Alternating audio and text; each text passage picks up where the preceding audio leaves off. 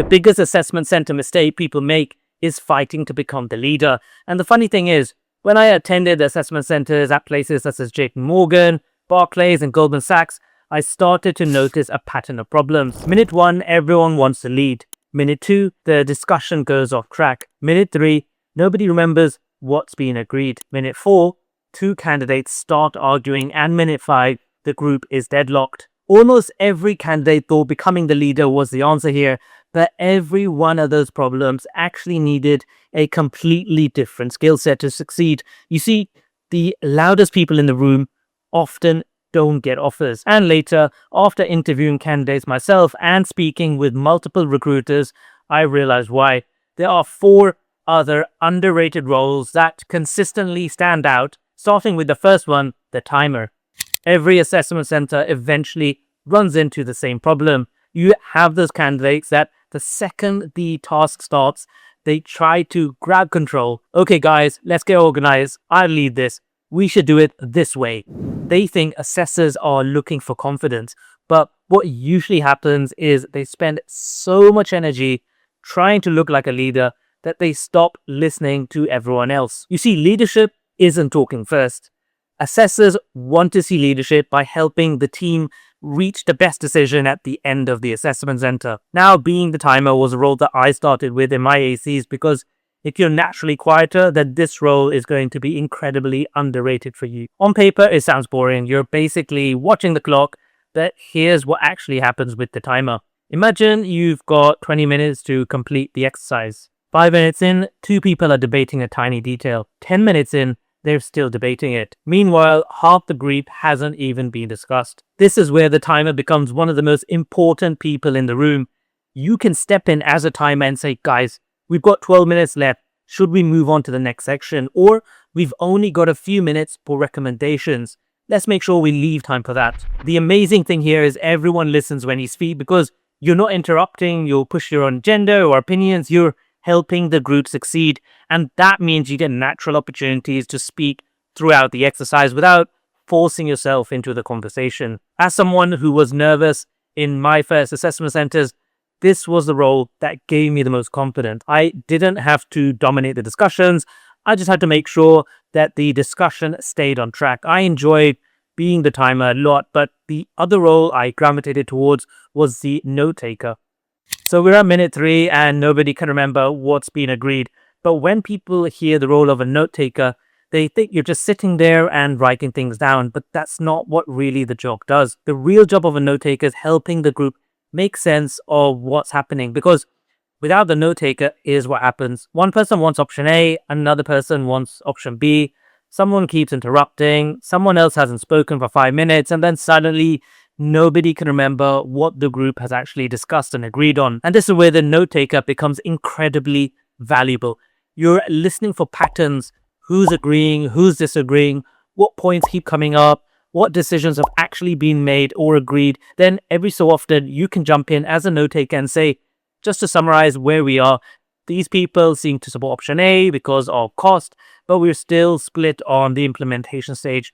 Or something like, it sounds like everyone agrees on the first recommendation, but we need to decide on the second. Those type of comments are absolute gold here, because instead of adding another opinion, you're helping the entire group move forward in the assessment center. And assessors love this because almost every graduate job you'll spend more time organizing information than just coming up with completely new ideas. And the best part here is people naturally listen to you when you're summarizing.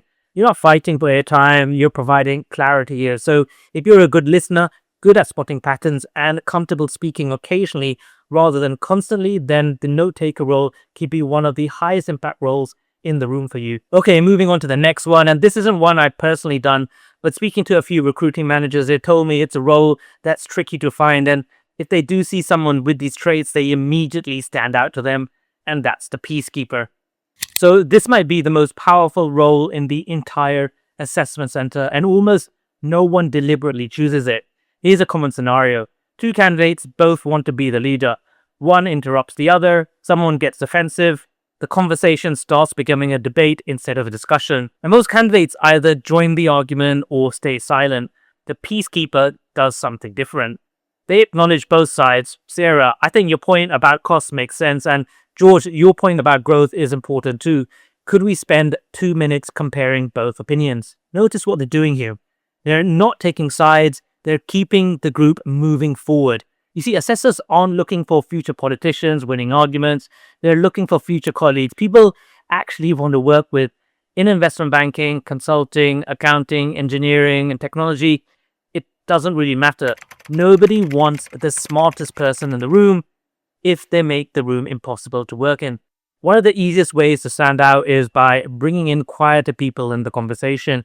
You can literally say, "We haven't heard from everyone yet. What do you think?" That one sentence shows everyone teamwork, emotional intelligence, and communication skills all at the same time. And most candidates are so focused on speaking that they completely forget to help others speak out. Okay, so this last role is one I've done before and it is challenging, but if you have a strong analytical mindset, this might be a role for you, and that's the idea generator. Now, this is a role most people think they want. You read the case study and within 30 seconds, you've already got 3 or 4 solutions in your head. The problem is, a lot of candidates think being the idea generator means being the most talkative, but ironically, the best idea generators often speak the least. Imagine this scenario. The group has been discussing a problem for 10 minutes and they're completely stuck. One person wants option A, another person wants option B. 2 people haven't spoken in ages, and this is where the idea generator shines. Instead of saying, "No, I think my idea is better," they say, "What if we combine both ideas?" Or, "Could we rank these options against the criteria in the brief?" Or, "We seem split between these 2 choices. What's the strongest argument for each?" You see, the best idea generators don't create more noise, they create clarity. When I interviewed people, one of the strongest candidates I've ever interviewed barely spoke for the first half of the exercise.